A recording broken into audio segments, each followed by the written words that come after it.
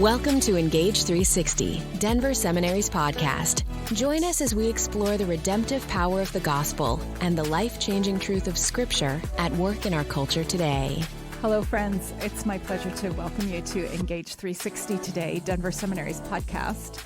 I'm your host for this episode. I'm Dr. Eva Bleeker, and what a pleasure it is for me as I welcome you to also welcome an old friend of mine, Luke Perkins, for today's conversation. Luke is the current president of Crossworld, and as our dialogue develops, we certainly will talk about the big picture of what Crossworld is doing in the world today. But we're going to begin by focusing on the unique placement and experience that Luke has had as a pretty long-term missionary in the country of Haiti. So that's where we'll be beginning. But before we do, I just want to thank you, Luke, for giving your time to Denver Seminary today.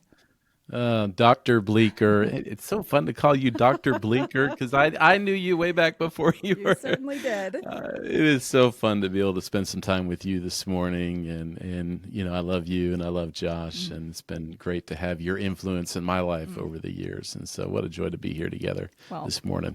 Thank you for saying so. We certainly feel the same about you and Becca. Let's get started in this way, Luke. Sure. I wonder if we could keep this in mind as we move forward. I think so many of us who spend the majority of our time in the United States encounter Haiti maybe in the news media or maybe in an email from a missionary at times when things are particularly bad there. And this narrative builds around Haiti for those of us whose experience may not be on the ground there that is particularly negative. We hear about lots of different kinds of crises, political, economic, spiritual, and otherwise. And so I wonder if you could begin by just telling us the story of the country as you experience it as someone who has lived there for a significant amount of time. Yeah, that's great. And it's a great way to frame it up. And I think it's even important to say that as I recount what I've seen and experienced in the story of Haiti, this is my experience of it. And so as much as I've been involved with Haiti over the past 24 years, I'll never be Haitian. Although thankfully a lot of Haiti has rubbed off on me over the years, and I'm super grateful for that. But Haiti is a beautiful place. Haiti's a beautiful country, just objectively is a country. Beautiful mountains, beautiful beaches. I think it's actually the prettier side of the island of Hispaniola. Some would maybe dispute that, but it's just a beautiful place with beautiful people and beautiful culture. And that culture is something that's been forged over a difficult history and a history that is very rich as well. A lot of people don't realize Haiti is actually the first independent Black republic. It is the first successful slave-led revolution is part of Haiti's story. There's a revolution that was sparked by slaves who had organized themselves in 1791 and kicked off this battle against the colonial powers at the time, the French in this particular case, and actually won their independence in 1804. They actually, this group of slaves, sent Napoleon packing. It was kind of this one journalist called it this David and Goliath kind of scenario. They sent him packing, they gained their independence, and then they were worried that the French were going to come back and re-enslave them, and so built a series of forts to kind of fortify themselves and get ready in case that ever happened. And all these years later, they're still an independent nation. And when they took those steps against slavery and against colonialism in that time, that sent shockwaves out throughout the Western Hemisphere. They were really the ones out front in seeing the abolition of slavery in the Western Hemisphere. And so it's just a beautiful story. And it's been so fun and enriching for me to be able to have kind of a shared experience with them over the past several years, to be able to see some of the places, man, like if you go up to Cap Haitian, and hop on one of the horses that you can rent there and ride up to the Citadel, this massive fortress that sits on top of this mountain just outside of Cap-Haïtien that was built by Haitians back shortly after the revolution. And you think, look at this structure. Like, how did they, I mean, they carried all the stuff up on mules and stuff, and it was all built by hand. Beautiful, beautiful stuff. So there's a lot of richness to Haiti, and it really is unfair that the dominant narrative is a negative one. Haiti makes the news. Usually when you see Haiti on the screen, you'll see like some version of fire, tires burning or a house burning or something like that. Haiti is so much more than the fire that you see on the screen. I'm so glad you're leading us in that direction, and I want to go farther into what you're saying. So describe for us the ministry that you and your Haitian partners were doing when you lived in country. Yeah. So I served in Haiti with Crossworld for 7 years. I've been tracking with Haiti for 24 years and did a number of things before I joined Crossworld. But when I came out of seminary, Becca and I sensed, hey, the Lord is leading us into making this our life.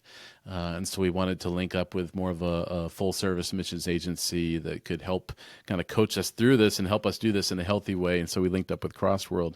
But Crossworld has been working in Haiti for a long time before we were there, pushing 70, 80 years.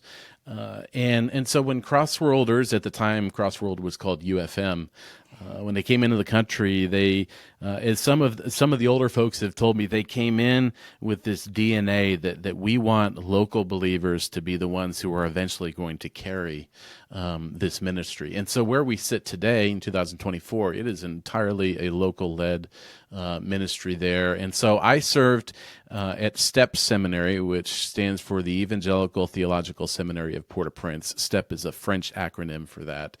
And STEP has been around for 80 years. It was started actually by Cuban missionaries who came over.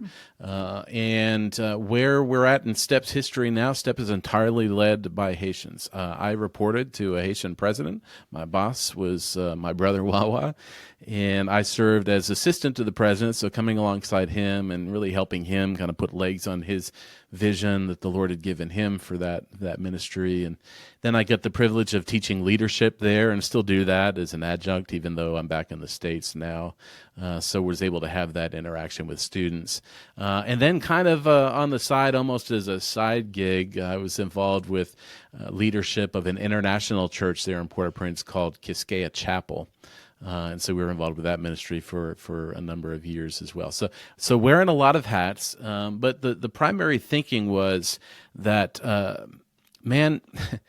Haitians are beautiful people, really intelligent people, and have a desire to see change come in this country. And so, if I could be a part of coming alongside with some good leadership training and some good theological education so that they can go and run. That was kind of the vision, and it was super fun to be able to be a part of that on the ground there. The seminary had taken a shift in vision a little bit over 10 years ago when my colleague Wawa became president and began to move the work of discipleship and disciple making into center focus in terms of the kind of leaders that the seminary is trying to develop. And so one of the things we say is at STEP, we're trying to cultivate leaders that have a heart of a servant and a passion for disciple making. And one of the reasons that's part of the vision now is because the Haitian leaders got together and they said, hey, the gospel has been here for a long time, over 200 years at this point, but we don't see the values of the kingdom down in the marketplace to the degree that we would think we would see having the gospel been here on the ground here for so long. So what do we think's going on with that? And so they determined, hey, there's been a lot of classical church planting. There's been a lot of gathering together of groups and building structures and other institutions related to that. But discipleship has not had the focus that probably it needed to.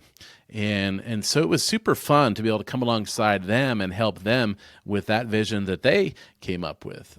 So my colleague Wawa, who I talk about a lot, He just a couple months ago graduated with his D-Min from Gordon, and his whole dissertation topic was looking at the dynamics that prevent disciple making culture from taking root in the Haitian church. Some fascinating stuff that he got into there. And so we really believe that if a disciple-making movement or culture even would take root in the church, that might be the thing that would actually take Haiti in a different direction. And you've got some really gifted leaders who've got a vision for that on the ground there right now. And I'm excited to see what it's going to look like. We may not live to see the results of it, Wawa and I and others, but I think our hope is that if we can spark something now, a generation or two down the road, there might be a little bit of a different reality there. I want to appreciate what you're saying, Luke, and wonder if you could take us a little bit deeper into some of the cultural challenges that Wawa and his colleagues are working to address through their discipleship efforts. Yeah, there's a lot of fear that exists in the culture, and some of that stems from voodoo, some of that stems from just the colonial dynamic and reality that existed there for so long. And as you would know better than me even, some of these generational stories that are passed on over time, they shape us and they shape the way we think. And so you take that dynamic and combine it with the economic challenges that you have there and kind of the survivalist mindset that is there. A lot of times people are not really thinking as much about my goals for 5 years down the road. What do I want to be doing with myself? Or even next year at this time, what do I want to be doing? Really, it's a day-to-day existence. How do I get through today? How do I pay my rent that feels insurmountable? How do I make sure I get food on the table for my kids? And so for many Haitians, that is the thinking that dominates their reality, and not in all cases. There are many people now who have developed the ability to be able to kind of bust out of that mentality and think ahead.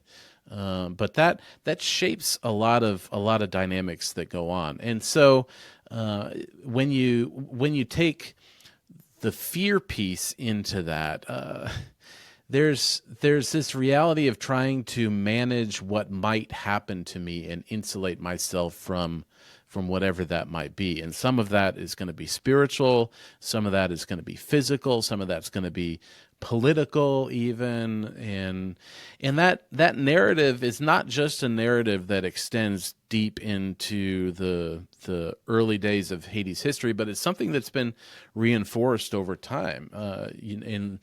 In recent history, there were a few decades there where Haiti was governed by a brutal dictatorship, the Duvalier family, Papa Doc and Baby Doc, and that dictatorship came to an end in 1986. But for many people, those years are still a part of their lived memory. Even when I sit down and talk with Wawa and look at part of the story that ultimately led to his conversion to Christ out of voodoo in that system, entrenched in that story is the night that he saw his brother executed by the army that had come into town in the middle of the night trying to prevent an election from taking place so that democracy could take root. And so there's so much pain even in the recent history of people. And so all of those things become a limiting factor that make flourishing a difficult reality to see, if that makes sense. It certainly does. And when I hear you describing this, I feel a desire to help address what you're describing. And while our audience is quite diverse, I think there's a small number of people who would know how to move toward that need.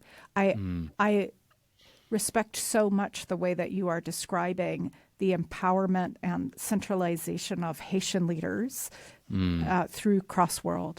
But what might you say to those of us on this side that maybe an American Christian who feels provoked, feels compelled by what you're saying? I guess part of what I'm asking is is out of the assumption that a lot of what we have done has not been very effective or respectful of the context. So speak to our listeners who feel lit up a little bit by what you're saying, but might not know how to take a meaningful step toward it. Yeah, I would say as I look back, I'm not sure I can think of a time in Haiti's history when, from a big picture perspective, Haitians have really been given the freedom and permitted to sit in the driving seat and control their destiny and their reality. Even right now in the current situation that is being navigated in Haiti, the solution that is on the table right now is for this presidential council that is in leadership for a period of time until elections take place. They've chosen a prime minister, seeing a lot of hopeful things with the new prime minister who's in place right now. But ultimately, that solution was a solution that came from the outside. And that's typically what's been done. And so, Haitians a lot of times have felt like passengers, I think, in this ship that is leading to their destiny, I guess. And so I don't know. There are a lot of different dynamics at play in terms of why has that reality existed. Why, for example, when the earthquake hit in 2010, and some of the bigger name leaders from our country who were stepping into the leadership there to help navigate that crisis, there was a story. There's a story living in my brain right now, where an American leader came in and said, we need to set up tent cities to help house the people whose homes have been destroyed, because that's what we did in the tsunami here recently, and it worked over there, and so that's what we're going to do here. And the president at the time, René Préval, said, no, we can't do that, because if we do that in this culture, we'll never be able to get those tent cities eradicated when we get to a more stable place, and that's not going to be a good thing. Well, at the end of the day, tent cities were created. And 10 cities existed there for 7 years before they were finally wrapped up, long after they were actually needed. And so it's just an example of outside solutions being imported into Haiti that just don't really fit with the culture and the way Haitians think. The leaders that I interact with, the leaders at the seminary, the leaders in the UEBH, which is the church association that the seminary sits under in Haiti, wonderful, talented leaders, men and women of integrity and vision. What they lack is funding and resources. And a lot of times when we come in from the outside and we want to bring resources, we also want to have control over how those resources are spent. And sometimes there's a dynamic even that we want credit for the result of what those resources produce. And, I think if we can get to a place where we can set that aside and say, you know what, I'm going to entrust these resources to what appear to be trustworthy people, and I'm not going to go and try to chase down the credits for my email campaign or my marketing campaign or my fundraising move. I think some good things could happen, but it's hard. And this is not just a dynamic that's unique to Haiti. Anytime we're involved with the developing world, those elements of control and credit really cloud things and make things complicated. And, in God's economy, he ought to be the one getting the credit. I don't need credit. He can get the credit, right? Yes. But that's easier said than done when it gets to when you're the one writing the check and seeing the dollars go out of your bank account. So, is there anything else you want to say about Haiti?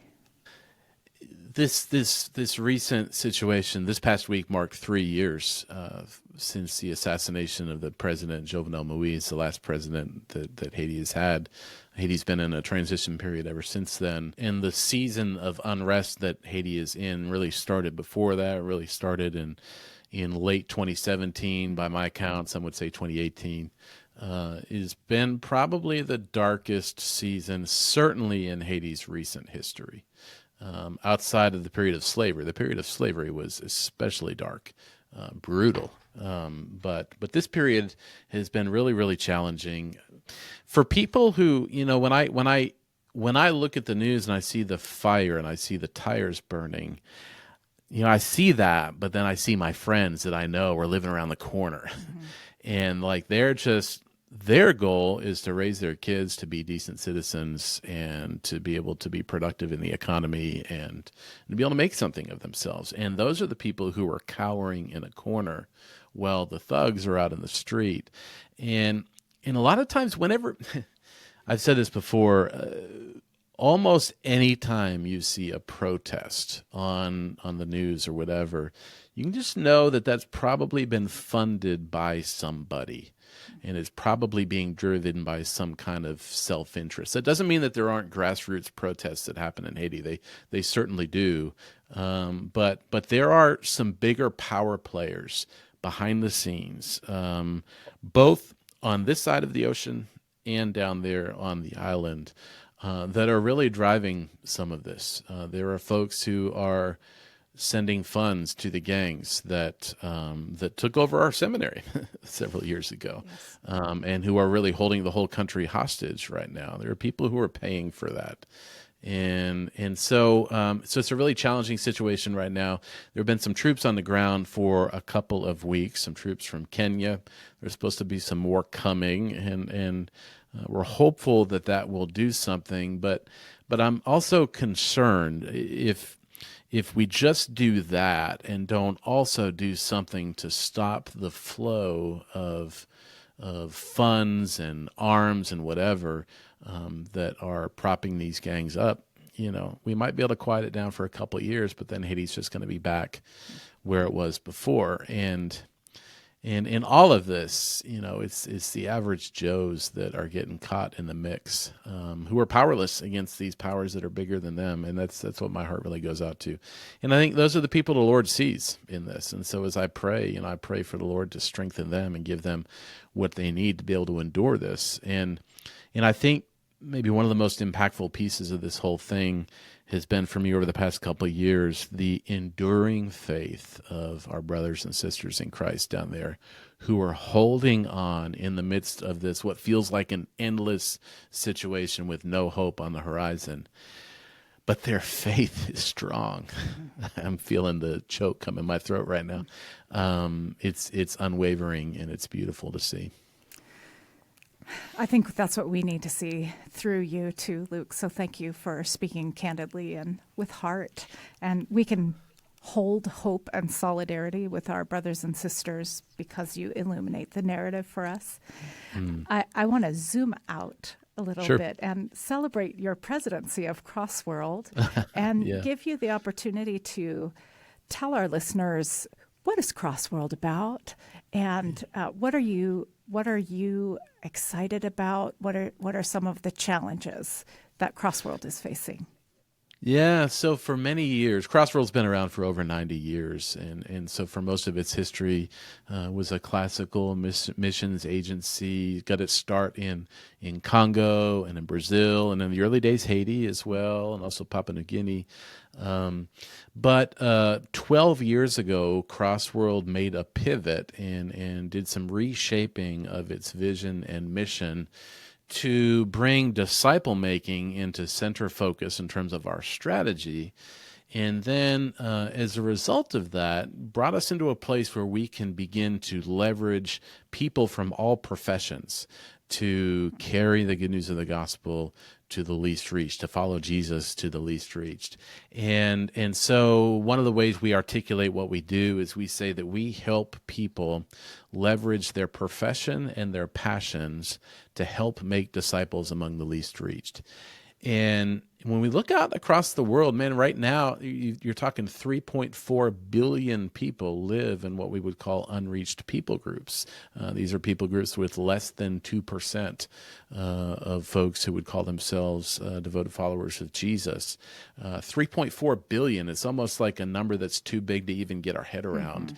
And that number is growing. Just just a year or two ago, that number was set at 3.2 billion. And so now it's up to 3.4. Out of those 3.4 billion, you've got over 2 billion people who are living in what we call frontier people groups. These are places where people are living in places where they don't have anybody living near them who could tell them about Jesus if they wanted to know. People who don't know that there is a Jesus to believe in. You have right now, there are 37 people groups in the world today that each have a population of over 10 million that would be considered frontier people groups that don't have any movement that's even been started yet. And so these are places where, you look at like the picture in Revelation 5 where God's glory is known in this beautiful way. And these are places where that hasn't touched yet. And not only that, you've got other places across the world where people need to be reached. You see Europe in a massive decline right now. Some would say if current trends continue in Europe, 25 years from now, there'll be like 70 million less believers than there are right now. You've got the country of Italy, a country that has been untouched by the Reformation. So there's just tons of need across the world. But here's the thing, when we look at what it's going to take to deploy believers out to these places, they're not the kind of places where a classic missionary visa is going to work anymore. Most of these places are closed. Most of these places are under governments that would not be friendly to the message of the gospel. But many of them are open to having people come in with professional skills to help contribute to the economy. And when you zoom out for us, it's pretty clear God shows us that work is good, that work is sacred. And, it's us that have kind of built up this sacred secular divide over time, but really that's not something that should have existed to begin with. And so I say all that to say at Crossworld, we are deploying people from all professions. So we just have someone recently who's in their early 20s, just graduated from college with a computer science degree, and they are working in the middle of an unreached place right now, working for a company as a computer coder. But they're a disciple maker. Their coworkers are all non-believers, and they are immersed into that culture now and learning the language, and it's super fascinating to see coding, actually doing real work, contributing, but doing that for the sake of the gospel and bringing the fragrance of Christ into that place. And so we want to see people like that go all over the world to the places where the least reached are and in the unengaged are. And so that's what we're doing right now. We've got right about 260 workers across the world right now, 90-something years of history, and working, I think right now in about 40 countries, 39 countries, something like that. I need to go do the tally again. But yeah, a lot of exciting things happening right now. It is exciting. And one of the things that makes me excited is hearing sort of the disintegration of who is a sender and who is a goer that comes up in me when I think about cross-cultural ministry and who goes and lives in a culture in which he or she did not grow up. And it sounds like Crossworld has created a model where the going is open to everyone, and perhaps everyone needs to consider that as a potential pathway. Yeah, absolutely. I saw a stat the other day that said that there are, I think, 57,000 believers in the world today for every one of the unreached people groups that exists. And so, like, within our space, we've got the resources and the people to reach the rest of the unreached. The question is, are we willing to do it? And really it gets back to two things, I would say. One, some would say, well, we've got needs here, and so, shouldn't I stay here? And that may be a perfectly valid calling, and for many of us it is. But for me, it really comes down to an issue of access. Here we've got lots of access. In North America, Canada, the West, we have lots of access.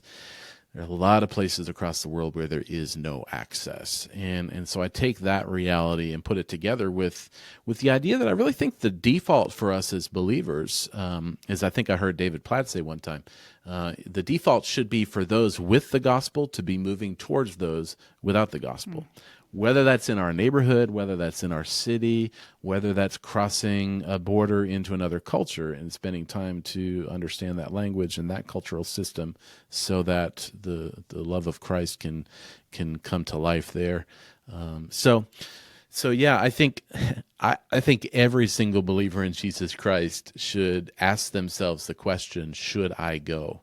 Many of us are willing to engage that question, but oftentimes it's from the perspective of, I'm planning to stay, but I might be willing to go. I think it would be more helpful if we shifted to say, well, I'm going to plan to go, but I might be willing to stay. Mm-hmm. It's a totally different way to look at it. As we're moving toward the end of our conversation, Luke, I wonder what's on your heart. What do you want to say to the people who get to listen to our conversation? I was just thinking about this the other day because I just crossed the 1-year mark since I've been serving as president here at Crossworld, and it's been so much to learn over this past year. But one of the things that really dominates my mind, and is something that I think about every single day, is the Unreached, and looking at where we have Crossworld missionaries fielded across the world. How can we make sure that we're effectively reaching those within our reach, and then how could we expand our reach? How could we link up with non-North Americans and help catalyze them to reach people in their region? So I think about this stuff all the time. We just had a scouting team that came back from a region in Central Asia, and they spent, I don't know, like a week on the ground there or something like that. And when they circled up and tallied up the amount of workers they see trying to get a gospel movement going there, they're talking about maybe 20 people for that country of 40 million people. And we've got an open door. Like I could place people there right now if we had people who were willing to go. The question is, are we willing? So I think about that all the time. I also, as I've been transitioning back to life in the States, having stepped out for a number of years, this place has changed. It feels in many ways like a different country than it was. And one of the things that's concerning me, and I'm not really sure how to think through this yet, but the church has changed. The church is a little bit more focused on herself than she used to be. We're not thinking in terms of reaching the world like we used to, at least here in North America. And the numbers bear that out. Most of our peer organizations are declining by between 3% and 5% right now. It doesn't mean that God isn't sending people. God is sending people from the global south, Brazil, South Korea. Amazing things are happening there. And some would say, well, okay, does that mean there's a place for us as North Americans to be directly involved? And I would say, maybe I want to frame the question a different way. Do we want to participate with God in what He's doing right now? Mm-hmm. I don't want us to miss out. He's doing some pretty cool things right now, and I'd love to see a new wave of cross-cultural interest in the North American church. So what's on my heart, I think it's that, kind of a burden I feel for that. Mm-hmm. And as I pray, even this morning, I was asking the Lord to stir up more hearts to go out. Well, I share that prayer and that hope with you. For a person who's listening and would like to learn more, I wonder if you would recommend a way to contact Crossworld and maybe something to read or something to listen to that might help a person pray and discern how to get involved cross-culturally. Yeah, a couple things. Well, first, you can connect with us by going to our website at crossworld.org. And you can email us at info@crossworld.org, and we've got folks who monitor that for us and can get you connected to a missions coach. If you're listening to this and you're somebody who's thinking, well, I wonder if I like computer programming and engineering, maybe I could teach English overseas. If that's at all interest to you, send us an email and we can get you connected with a missions coach who could just help you think through what that might look like with no commitment necessary or anything like that. In terms of what to read, I would actually direct people right now to a website. Go to joshuaproject.net and just peruse around. for 10 minutes and look at some of the graphs and click on some of the people groups there and read about some of the need. It really is eye-opening. There are things that you can sign up for with them that can send you an unreached people group into your inbox every day, I think, and that kind of thing to help kind of keep this in front of our eyes. But I would go there and just peruse around and ask the Spirit to show you what He wants you to see as you're there. There are a number of books you can read as well, but I might start there. That sounds like a great starting point and accessible for anyone. Luke, I find myself both encouraged and challenged here at the end of our conversation, and I want to thank you again for being our guest today. Dr. Bleeker, Eva, it's been so great to be with you. I'm kind of jealous, honestly. I mean, I really had a great seminary experience myself, in part because I got to work with your husband, but I'm kind of jealous of your students that get to have you as a prof, and so it's been fun to spend time with you this morning. Thanks a lot. Oh, you are so welcome, and I feel the same. And friends who are listening, we are grateful that you've chosen to spend your time with us this morning. And if you get the chance, I hope you will look at the resources that Luke named and also leave us a rating or a review wherever you listen to podcasts. And please send any questions or comments you have for us to podcast@denverseminary.edu. In addition, you can visit our main website, which is denverseminary.edu, for more information, for resources about our school, events, degree programs, of course, other episodes of our podcast, Engage 360. And you can get full transcripts there as well. We are grateful for your interest, for your support, and for your prayers, not only for us, but for all of the things that Luke named for us today. Until next time, we pray for the Lord's blessing in your life.